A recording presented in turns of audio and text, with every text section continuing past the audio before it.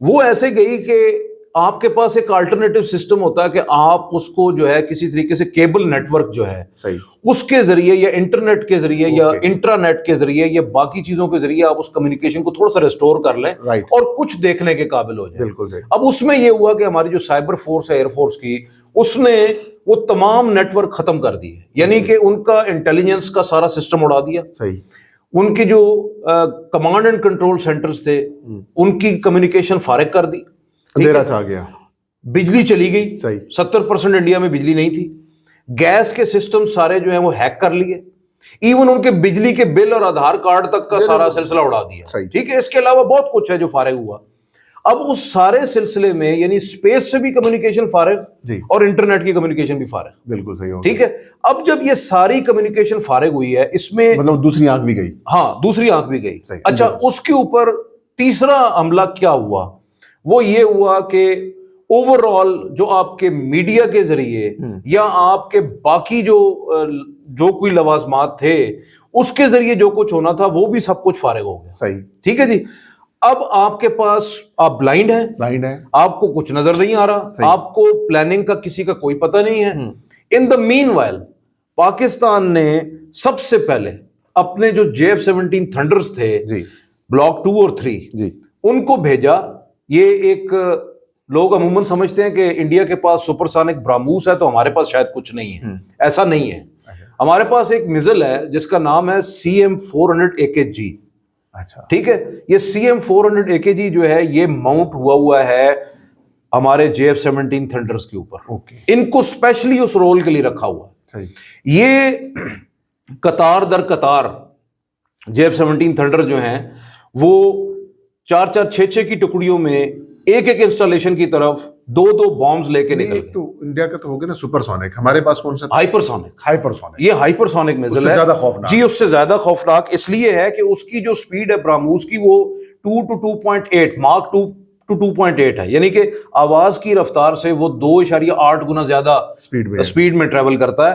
اور یہ جو میزل ہے یہ کرتا ہے جی ماک 4.5 سے 5.5, یعنی آواز کی رفتار سے 5.5 گنا زیادہ.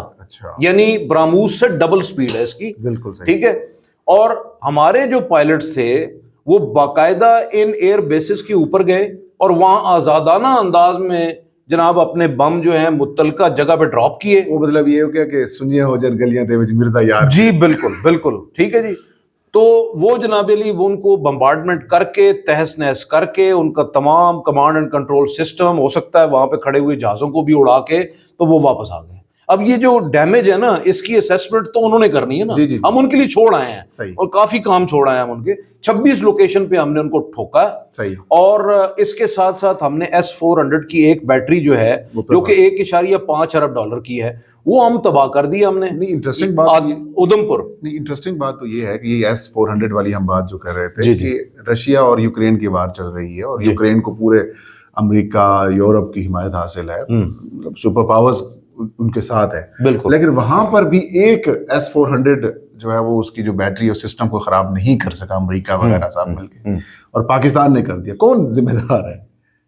بھارت ذمہ دار نہیں, وہ تو ہے, مطلب ان کی نا تجربہ کاری نہیں. دیکھیں میں رافیل بھی گروا دیا. ہم بار بار یہ کہہ رہے ہیں کہ دیکھیں اس کے اندر بڑی اہم بات ہے کہ پاکستان دیکھیں اکوپمنٹ کوئی بھی ہو, جو اس اکوپمنٹ کو چلانے والے ہیں ان کی تربیت, ان کی پروفیشنلزم یعنی پیشہ ورانہ صلاحیتیں اور اس کے ساتھ ساتھ لیڈرشپ یہ بڑا اہم رول پلے کرتی ہے.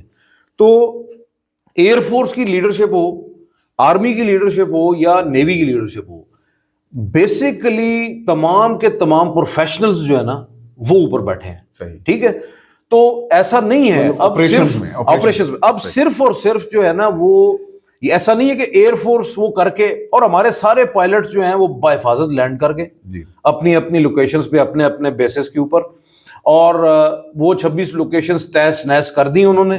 اور جو رہی صحیح کسر تھی نا وہ ہم نے حتف جو ہمارا فتح 1 اور 2 ہے, ٹھیک ہے, جو کہ 100 کلومیٹر سے 120 کلومیٹر سے لے کے اور تقریباً 400 کلومیٹر تک دونوں کی رینجز ہیں. ٹھیک ہے, تو ہم نے جہاں جہاں جو اہداف سیٹ کیے ہوئے تھے ہم نے بڑی کامیاب. اور ایک اور بات آپ کو بتاؤں, یہ بھی مائلڈ سپرسونک میزل ہے جس کو ہم کہتے ہیں فتح, کیونکہ یہ اس کی مینیوربلٹی جو ہے نا, یہ انرشیل نیویگیشن کے اوپر چلتا, ایویڈ کرتا ہے کوئی بھی ballistic missile air defence system ہو, اس کو ڈاج دینے کی صلاحیت رکھتا. لیکن کیونکہ وہاں پہ سارے سسٹمز جو ہیں وہ فارغ تھے, اس پہ تھا ہی کوئی نہیں, نہ وہ چل سکتے تھے, وہ بالکل اندھے تھے, تو ہم نے اندھے کو چاروں طرف سے گھیر کے جو ہے نا وہ مارا. ماشاءاللہ. اچھا, ایک اور چیز بڑی انٹرسٹنگ ہے, کچھ دن پہلے تک امریکی نائب صدر وینس, جے ڈی وینس سب کہہ رہے تھے کہ انڈیا اور پاکستان از نن آف اور بزنس. جی جی جی جی بالکل ایسے ٹھیک ہو گیا, تو پھر وہ اچانک بزنس کیسے بن گیا؟ جی بزنس ایسے بن گیا, دیکھیں کیسے مجبور ہوا. دیکھیں جو خطے کا بدماش ہے نا, مطلب گلی بلے میں بھی کوئی ایسا بدماش ہو نا, تو سادہ سی زبان میں بتاتا ہوں کہ وہ جب تک لوگ سہمے رہتے ہیں اور وہ للکارتا رہتا ہے, ٹھیک ہے میں کر دیں گا, میں وہ کر, اچھا وہ جب تک تو, اچھا کوئی ایک شریف آدمی اچانک اس کو آ جائے غصہ اور وہ اٹھائے کوئی بھی چیز اور جا کے اس کا سر پھاڑ دے, ٹھیک ہے, اور اس کو اتنا مارے, ایون تھپڑ ہی مار دے, اور دو بندے دیکھ لیں تو اس کو آپ یہی سمجھیں کہ کوئی روس ہے, کوئی امریکہ ہے, کوئی برطانیہ ہے, کوئی اور ہے, انہوں نے دیکھ لیا کہ او بدماش تو چنڈا پہ گئی ہیں. اچھا جب وہ اس کو مار پڑ گئی ہے تو اب بدماش جو ہے وہ ہو گیا شرمندہ کہ یار یہ تو 4 بندوں میں مجھے تھپڑی ہو گیا ہوں میں, تو یہ تو غلط ہو گیا. اب وہ جو باقی ہیں نا, جو دیکھنے والے ہیں, وہ بنیادی طور پہ بدماش کو تو جانتے ہیں کہ وہ ساتھی اس کے ہیں, تو وہ اس کو سمجھائیں گے پہلے کہ یار تمہیں کیا ضرورت تھی, مطلب تمہیں ڈکلیئرڈ ہو بار بار کیوں للکار, کیا ضرورت تھی. اب دیکھو نا کمزور آدمی آ کے مار گیا. اچھا اب کمزور آدمی تو خیر کمزور, پاکستان کمزور تو ہے نہیں, الحمدللہ بڑا طاقتور ملک ہے, لیکن ہم نے اپنی صلاحیتیں کبھی ریڑھی پہ رکھ کے ان کا پرچار کبھی نہیں کیا جس طرح انڈیا کرتا. ٹھیک ہے, ہم نے تو ان کو رکھا ہوا ہے کسی خاص موقع کے لیے. اور مزے کی بات آپ کو بتاؤں, ابھی بھی ہم نے اپنی ٹیکنالوجی اس طرح نکالی ہی نہیں, ہمیں تو موقع نہیں دیا ابھی تک بھارت نے, ہمیں مزید موقع دے, انشاءاللہ ہم اس کو ایسے اس کو جو ہے نا وہ چمتکار دکھائیں گے نا, اور دن میں تارے دکھائیں گے کہ اس کو سمجھ لگ جائے گی. لیکن 12 ڈومینز ہمارے پاس, وہ جو صاحب ہے نا جن کا نام ابھی آپ نے لیا ہے, جے ڈی وینس ہوں یا ٹرمپ صاحب ہوں یا باقی لوگ ہوں, ان کو پتہ چل گیا اچانک کہ او کام تو بڑا خراب ہو گیا. اچھا اس پہ ایک اور کیا ہوا, پاکستان نے تو یہ اٹیک تو کر دیا, دھاک بٹھا دی, اور جو ایشیا کے اندر, میں جنوبی ایشیا نہیں کہہ رہا, ایشیا کے اندر پاکستان نے جو ایئر پاور سپریمیسی حاصل کی ہے, جو ملٹری ڈومین کے اندر جو آپ نے اپنا اپر ہینڈ دکھایا, اور ایون نیوی آپ کی ڈومینیٹ کر گئی ہے. اتنی بڑی نیوی اپنی ہاربر سے نہیں نکلی, اپنے بندرگاہوں سے نہیں نکلی, جس کو کہہ رہے تھے نا وکرانت آ گیا, کراچی تباہ ہو گیا, فلاں ہو گیا, کچھ بھی نہیں, 400 نوٹیکل مائل پیچھے رہے ہیں وہ. اس سے آپ اندازہ لگا لیں, ٹھیک ہے.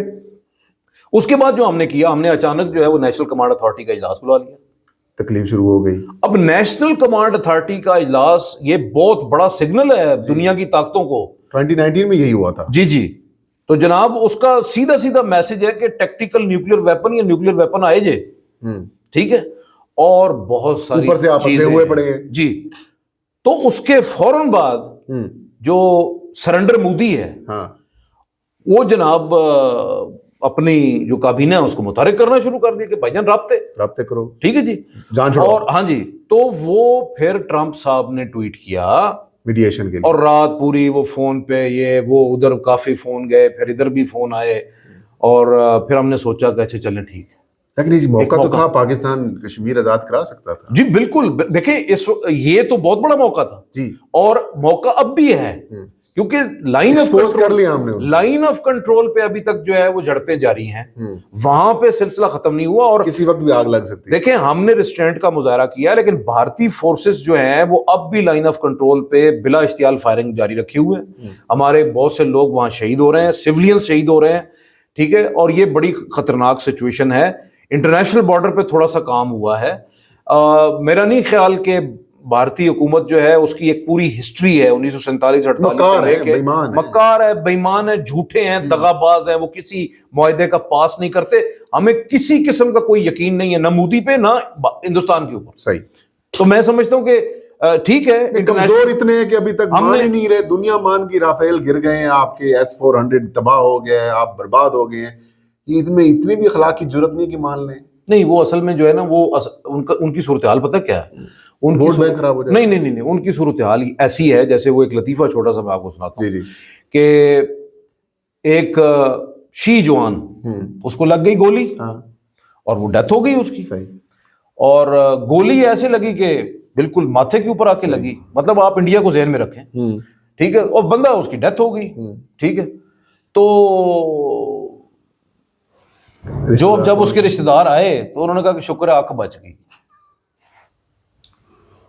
یہی حال ہے جی انڈیا کے نال, آنکھ بچ گئی ہے, بندہ دڑام ہے. یہ تھا آج کا ویلاگ. مجھے اور فیصل بھائی کو اجازت دیجیے, انشاءاللہ ایک آدھ نئے ویلاگ کے ساتھ بھی حاضر ہوں گی, اور اس میں ہم آپ کو بتائیں گے کہ کیسے مودی کا ڈاؤن فال شروع ہو چکا ہے. اللہ ہم سب کو حامی ناصر. آمین.